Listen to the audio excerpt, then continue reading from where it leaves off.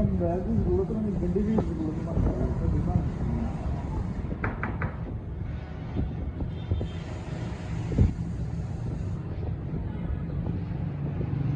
ਜਦੋਂ ਮਤਲਬ ਕੋਈ ਕਾਰ ਦਾ ਪਿੱਛੇ ਕੰਮ ਆ ਗਿਆ ਨਾ, ਮੈਂ ਕਿਹਾ ਪਰਦਾ